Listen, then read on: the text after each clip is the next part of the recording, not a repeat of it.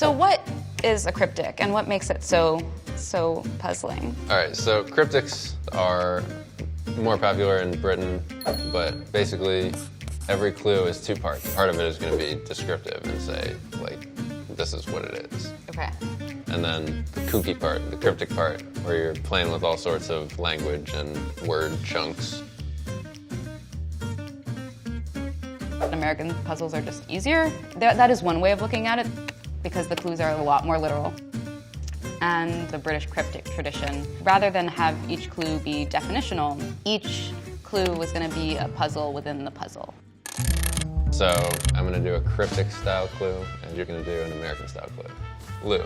Okay, I thought it would be worth talking about just like the two most overused American crossword clues for this word, which are British throne, ? And head of England, ? And you see those all the time, and I always just imagine this really self-satisfied American constructor like, really got him this time. I mean, your read on that is perfect. Cryptic clue for Lou. Place to go, stare endlessly. Okay, so place to go is our straight part. Stare endlessly. Stare is look. Endlessly, without its end, you take off the K and you get L-O-O, Lou. So that is great. Do you have any theories as to why cryptics are more popular in Britain than they are over here? Like, why don't I do cryptics that much? I guess on the one hand, maybe, sure, I'm just like a brash American, super literal or something. That's what I'm always thinking. Oh, here comes Anna, that brash American. Now you have to try to guess this. House of Pain debuts Jump Around. 3. House of Pain. Oh no. Like everything you said should be meaningful to me. House of Pain debuts Jump Around. Well, okay, jump around means it should be like an anagram, right? Or that's a good thought. That's thinking like a cryptic solver. It's not correct in this particular case, but it's a good thought.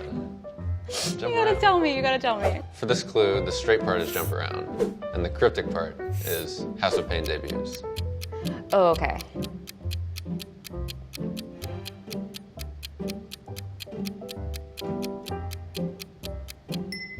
Hot.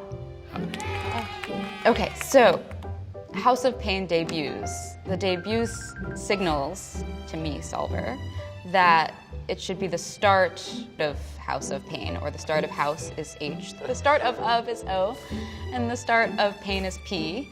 So H-O-P is a synonym for jump around. So it's just amazing that all of that language play also included 2 references to real things in hip hop. It's just brilliant. Thank you. I always say this to people who are bad at crosswords, like the American style crosswords. Right. I just tell them that it's like they haven't learned the language, right? Yes. That it's just like I would be saying I'm bad at Mandarin. It's like, well, yeah, of course I'm bad at Mandarin. I've never tried, you know? Cryptics are even more so. They're their own language that you really need to understand the grammar of. And if you don't, then you're just going to be totally lost. So in cryptic clues, there's always a cryptic part and a straight part. Right. They don't tell you which part is which. You have to sort of figure it out and like disambiguate it for yourself. There's like a whole bag of like indicators that they use. So in an anagram, anytime they say like jumbled, you know, in a storm. Honestly, crazy, in secret. So the definition part is in secret. Crazy is going to be an anagram indicator.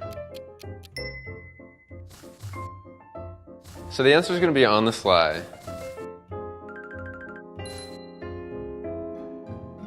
Hidden words, just like they have a longer phrase and it's like hidden across 2 words or something. And they'll say something like contains. Error concealed by city police.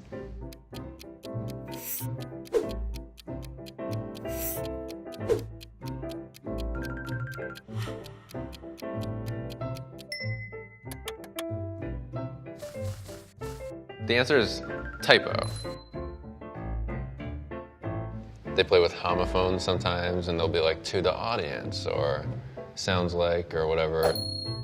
Stringed instrument, untruthful person heard.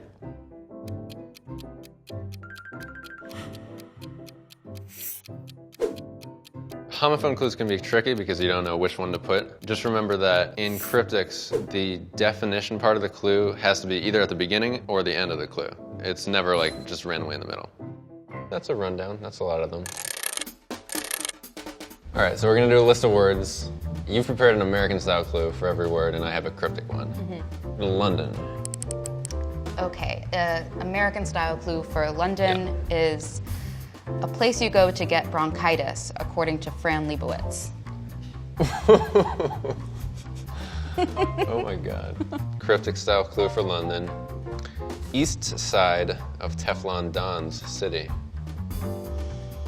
All right, so the straight part is just city, so London is a city. The cryptic part, east side of Teflon, is like the right half, so lawn, L-O-N. And then Don just stays Don, and you put them together. It's London. Wow. All right, next word, British. Like the spy who loved me and the man who knew too much. Nice. I like your, I don't know, parallelism? Thanks. On point. Cryptic for British. Contents of PBR. It is half aluminium, they say. I'm sorry. I really feel like I'm hallucinating every time. The straight part is aluminium, they say. Because they do say that. Yeah, they do. The cryptic part is contents of. PBR, it is half. Contents means take like what's inside. So PBR, the BR, it is H of half. Put that together, it's British. I'm like slack-jawed. Yeah, okay. Jane Austen. Author who Virginia Woolf called, quote, never a revolution to the young. Nice.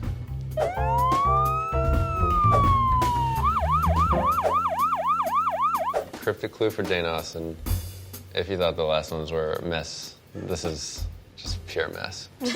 Good grade for school in capital is half 10 or figure close to 10.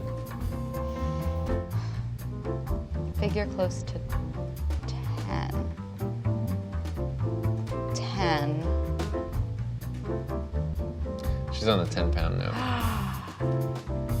Figure close to 10 Yep. is definitional. Amazing. Okay. It looks like. Nope, you're gonna have to tell me. Like, is Juno part of it? No. Yeah. What did you do? All right, so here's what's happening. Good grade is an A, Yeah. and a school is a U, like a university. So you're swapping in the A for the U in Got Juno.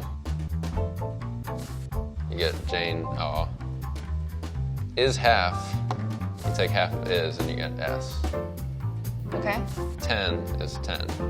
You put it all together. John O is 10. I'm freaking out. So I'm getting so mad. Really.